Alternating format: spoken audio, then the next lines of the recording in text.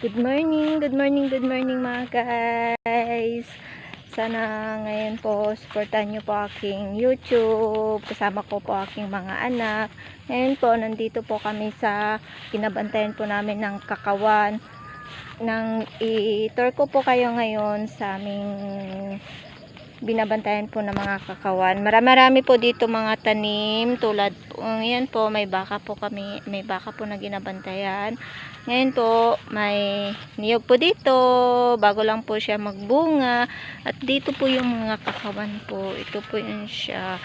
Halo-halo po mga tanim nila po dito at may kape po. Yan po yung kape. Yan po. Yan po yung mga kape. Need na po nilang mga harbison.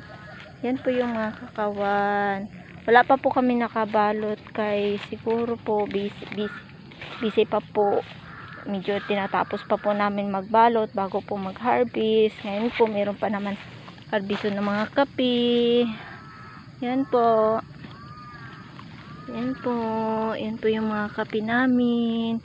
Pasensya po kay cellphone lang pong gamit namin, lalo po sira-sira na po. Pasensya po kung hindi po malinaw yung pagka-video.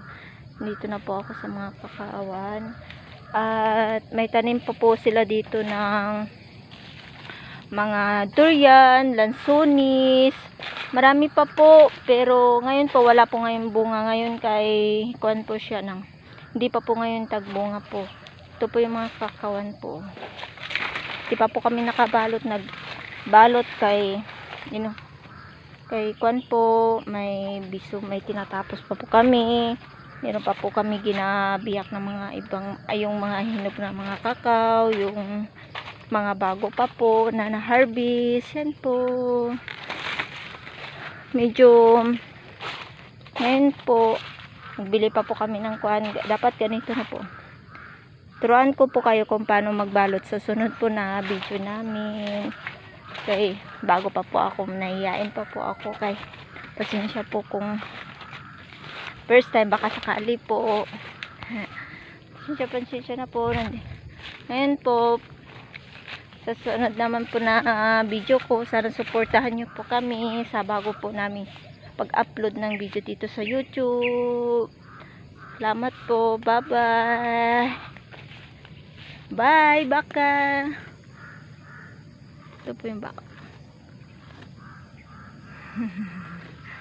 Bye po. Paalam. Salamat.